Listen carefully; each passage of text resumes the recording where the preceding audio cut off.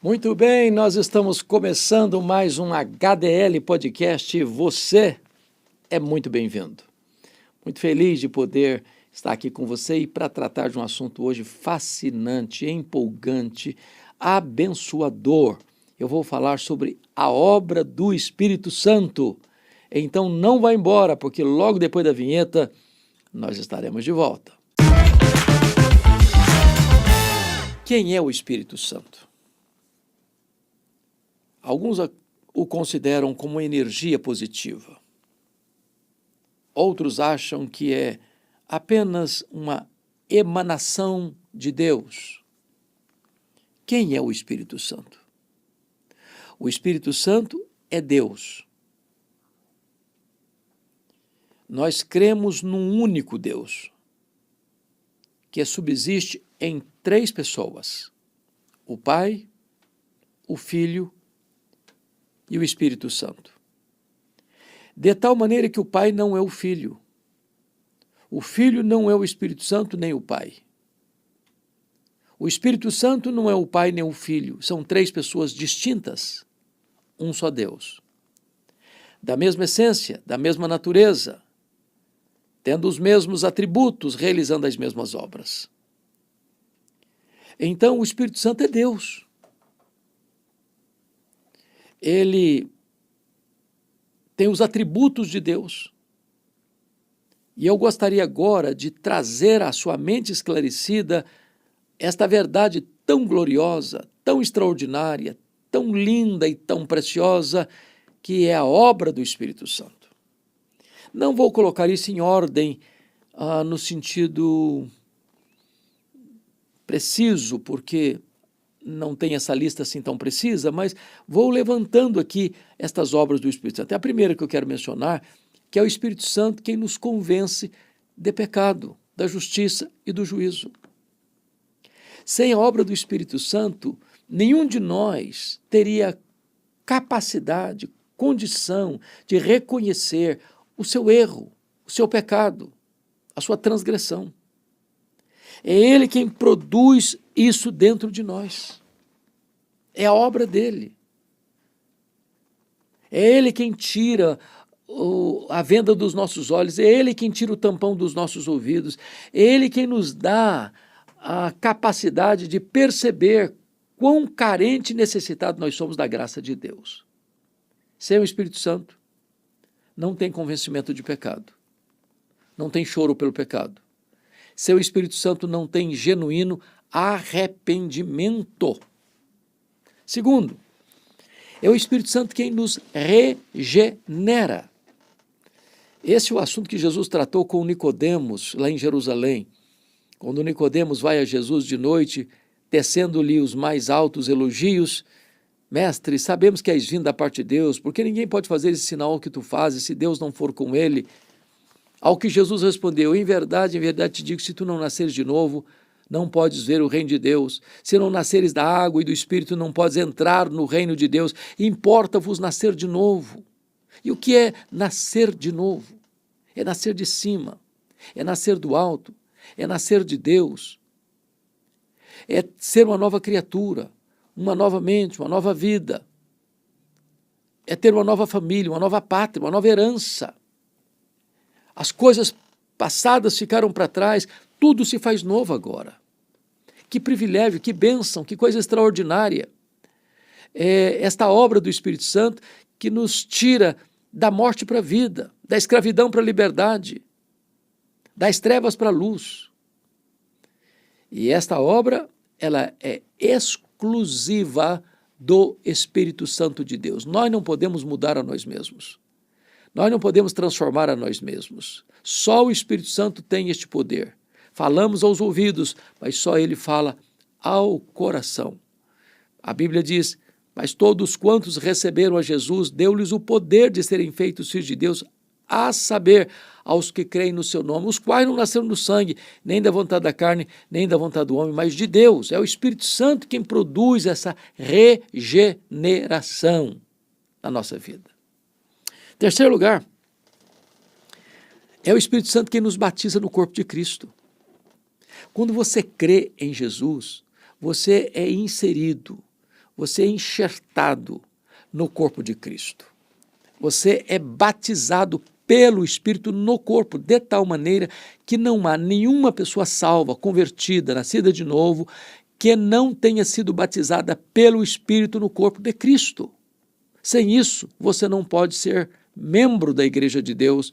Portanto, sem isso, você está fora da família de Deus. É o Espírito Santo que introduz você, que enxerta você, quem coloca você, quem batiza você no corpo de Cristo. Está lá na primeira carta de Paulo aos Coríntios, capítulo 12, versículo 13. Então, isso é glorioso. Saber que o Espírito Santo é quem nos batiza no corpo de Cristo. Quarta coisa que eu quero destacar com você é que é o Espírito Santo quem nos sela para o dia da redenção. Paulo coloca isso lá em Efésios capítulo 1, versículo 13 e 14. Que nós somos selados, depois que ouvimos o Evangelho da Salvação e cremos em Cristo, nós somos selados com o Espírito Santo da promessa. E selo é uma figura tão comum ainda hoje. Selo fala de propriedade. Nós somos propriedade exclusiva de Deus. Selo fala de legitimidade. Nós não somos uma obra fake, falsa de Deus, mas uma obra genuína do Espírito Santo. Selo fala de inviolabilidade. Nós estamos guardados, seguros nas mãos de Deus.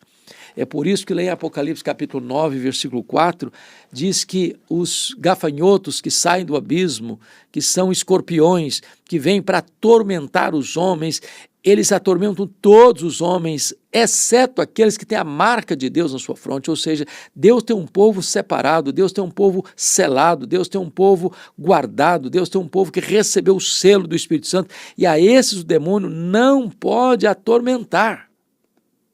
Quando você vai para Apocalipse capítulo 13, você encontra lá que todas as nações da terra vão adorar o anticristo, exceto aqueles cujos nomes estão escritos no livro da vida do Cordeiro, ou seja, quem tem o selo de Deus, quem tem o seu nome escrito no livro da vida, não vai se curvar diante do anticristo. Jesus não vai perder para ele nenhuma das suas ovelhas. Estamos o quê? Selados, marcados. Somos propriedade exclusiva de Deus. Isto é obra do Espírito Santo.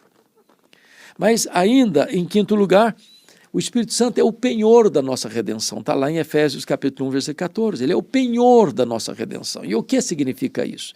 A palavra penhor traz a ideia de um anel de noivado. Compromisso.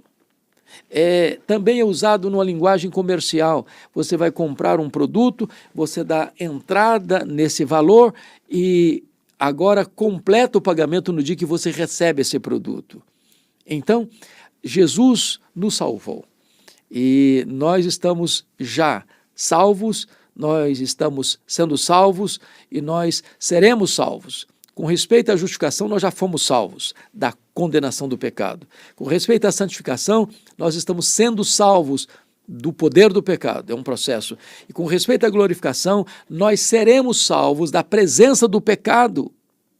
Então o Espírito Santo nos foi dado como penhor, como garantia de que aquele que começou a boa obra em nós há de completá-la até o dia de Cristo Jesus. Sexta verdade, é o Espírito Santo quem habita em nós e transforma o nosso corpo em templo do Espírito Santo. Ele está em nós. Note você que lá no passado Deus mandou fazer um tabernáculo para Deus habitar no meio do povo. Depois esse tabernáculo móvel agora transforma-se num templo, agora é um templo físico e fixo em Jerusalém. Esse templo foi destruído. Mas então a Bíblia diz que na plenitude dos tempos Jesus Cristo veio e o Verbo se fez carne e tabernaculou e habitou entre nós. E Jesus veio, Jesus nasceu, Jesus viveu, Jesus morreu, Jesus ressuscitou, Jesus voltou para o céu, Jesus derramou o Espírito Santo, agora o Espírito Santo habita em nós. Nós somos o templo do Espírito Santo.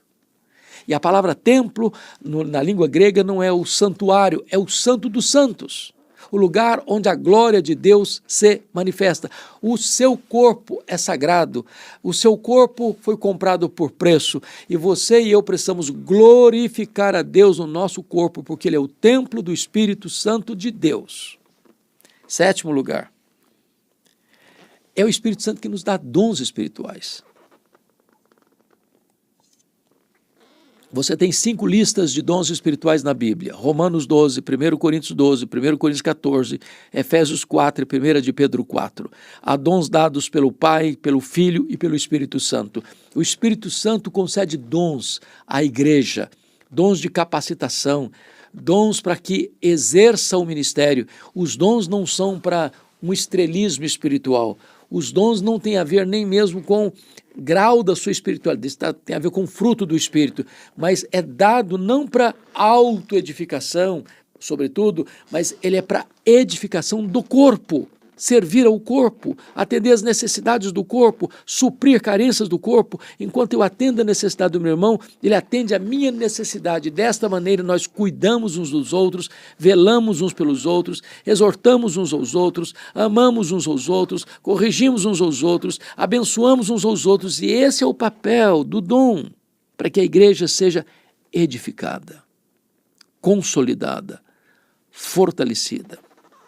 Mas ainda, em 8º lugar, o Espírito Santo foi aquele que inspirou os escritores bíblicos e agora nos ilumina para entendermos a Bíblia que foi inspirada. Não há mais inspiração hoje. Inspiração tem a ver com a Bíblia, com a palavra de Deus. Hoje nós somos iluminados para entender o que foi inspirado. Então, até na questão das orações, de vez em quando eu escuto a gente dizendo: Senhor, inspira o pregador. Não, Deus não inspira o pregador. Inspirado é a palavra. Deus ilumina o pregador. Deus ilumina os ouvintes. Mas foi o Espírito Santo quem inspirou. Ele é o sopro, a Bíblia é o sopro de Deus. É a revelação de Deus.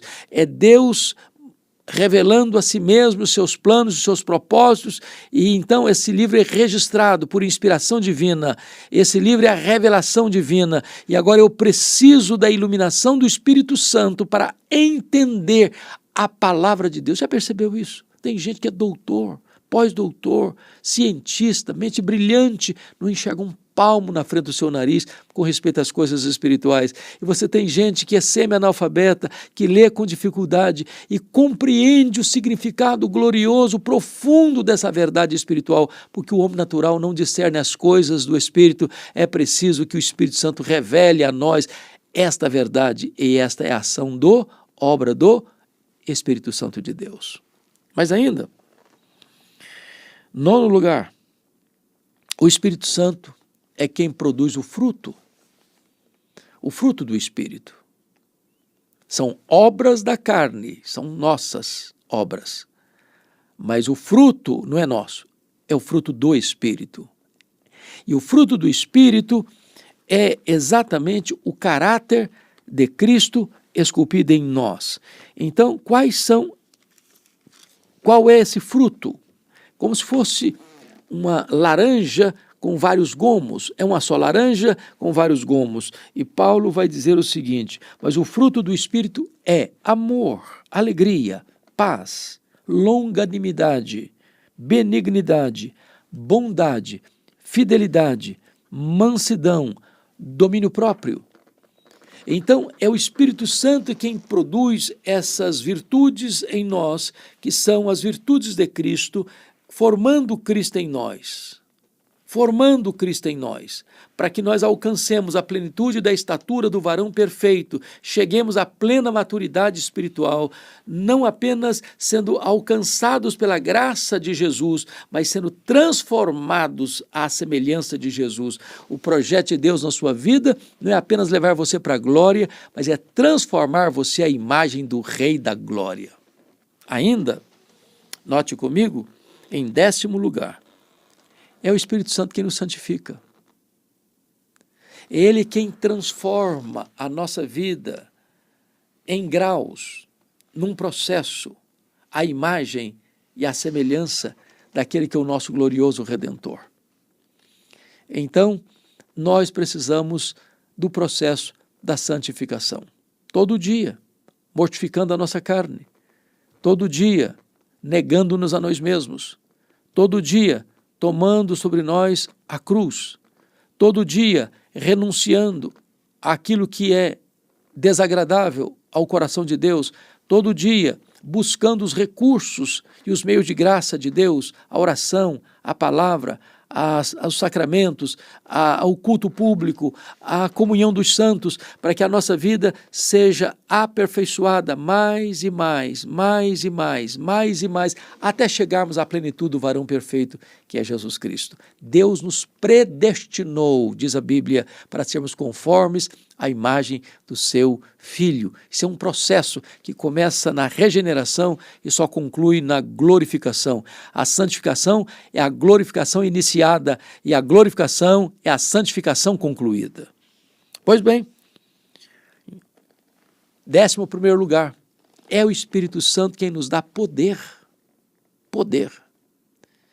Jesus deixou claro para os seus discípulos: permanecei na cidade até que do alto sejais revestidos de poder. E disse mais: recebereis poder ao descer sobre vós o Espírito Santo, e sereis minhas testemunhas tanto em Jerusalém como em toda a Judéia e Samaria até os confins da terra. A igreja não pode marchar resolutamente sem poder. A igreja não pode alcançar vitórias expressivas sem poder. A igreja não pode entrar na batalha espiritual sem poder. A igreja não pode ver sucesso na obra missionária sem poder. A igreja não pode ver resultados expressivos da pregação sem poder. A igreja não pode testemunhar com vigor sem poder. Nós precisamos do poder de Deus. E esse poder vem do Espírito Santo. Ainda, 12º lugar. É o Espírito Santo quem nos assiste em nossa fraqueza e intercede por nós sobremaneira com gemidos inexprimíveis. Ele nos assiste. Ele não nos escorraça. Somos frágeis. Somos pequenos. Somos pó. Mas ele não nos escorraça. Ele carrega esse fardo por nós. Sequer sabemos orar como convém. Por isso ele intercede por nós. De tríplice maneira. Ele intercede por nós de maneira intensa, sobremaneira. Ele intercede por nós de forma agônica, com gemidos inexprimíveis. E ele intercede por nós em terceiro lugar de maneira eficaz, porque aquele que sonda os corações sabe qual é a mente do Espírito, porque a segunda vontade de Deus é que ele intercede por nós. Que verdade gloriosa! Somos assistidos em nossa fraqueza e temos na Trindade 2 intercessores, o intercessor legal, que é o nosso advogado, Jesus Cristo justo, e o Espírito Santo que está em nós e intercede por nós ao Deus que está sobre nós. Verdade gloriosa do Evangelho.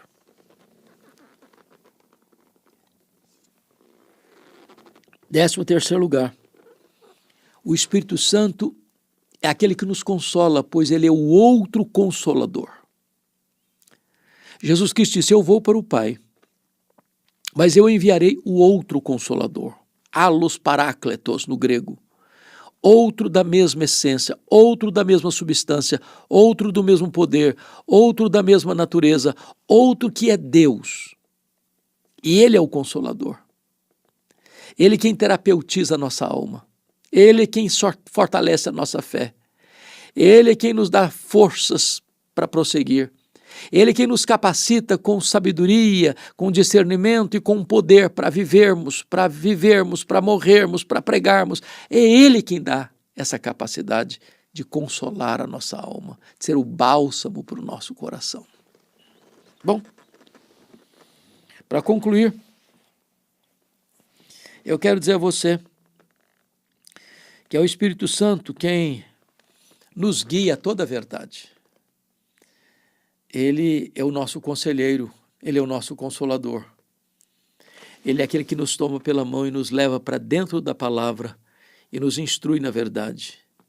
E quando nós estudamos, é ele quem nos faz lembrar essas verdades. Ele quem ativa a nossa capacidade cognitiva para compreendermos melhor, para entendermos melhor essas verdades profundas que são reveladas a nós nas Escrituras. E a minha fala final agora é esta: nós ainda temos o privilégio e a bênção, não só de termos o Espírito Santo presente, mas termos também o Espírito Santo presidente. Não apenas o Espírito Santo habitar em nós, mas de nós estarmos cheios do Espírito Santo de Deus. E a ordem que está lá em Efésios 5,18 é esta: e não vos embriagueis com o vinho no qual há dissolução, mas enchei-vos do Espírito. É isso mesmo, está no presente contínuo, ou seja, seja cheio, continuamente cheio do Espírito Santo. A plenitude de ontem não serve mais para hoje. Hoje é hora de você estar cheio outra vez do Espírito Santo, amanhã de novo e depois também. Ou seja, todo dia é dia de nós sermos cheios do Espírito Santo. Quando você está cheio do Espírito Santo, isso muda a sua conversa. Você começa a falar de maneira diferente, como Paulo diz aqui em Efésios capítulo 5, versículo 19, quando ele diz assim, olha que coisa linda, maravilhosa, falando entre vós com salmos e hinos, e louvando de coração ao Senhor com hinos e cânticos espirituais. Ou seja, a sua comunicação nessa questão da horizontalidade da vida é transformada, a sua adoração na verticalidade da vida é transformada. Você, em vez de ter murmuração nos seus lábios, você tem gratidão, conforme o versículo de número 20, que diz assim, dando sempre graças ao nosso Deus por tudo, em nome de nosso Senhor Jesus Cristo. Quando você está cheio do Espírito Santo, você desce do pedestal do orgulho, conforme o verso 21, sujeitando-vos uns aos outros no temor de Cristo. Então esta é a obra gloriosa do Espírito Santo. É claro que eu aqui não fui exaustivo, é claro que eu não esgotei o assunto, mas eu estou trazendo à sua memória esclarecida estas verdades tão preciosas, 15 verdades preciosas aqui mencionadas sobre a obra do Espírito Santo. E eu espero que você hoje, aqui e agora, seja essa pessoa cheia do Espírito Santo de Deus, viva na plenitude do Espírito Santo de Deus, desfrute desta alegria indizível e cheia de glória do Espírito Santo de Deus, inundando a sua vida, dando coragem, dando poder, dando força, dando ânimo, dando entendimento, dando consolo, e que você possa reverberar essa verdade, resplandecer essa verdade e transbordar do Espírito Santo de Deus. Fico por aqui. E eu pergunto a você, essa mensagem teve algum significado ou valor na sua vida? Se teve, compartilha com outras pessoas. Mais ainda, se você ainda não está inscrito nesse canal, inscreva-se e ajude-nos a compartilhar a rica, a poderosa, a preciosa palavra de Deus a muitas outras pessoas. Deus abençoe você, Deus abençoe sua família, Deus guarde o seu coração. Um grande abraço.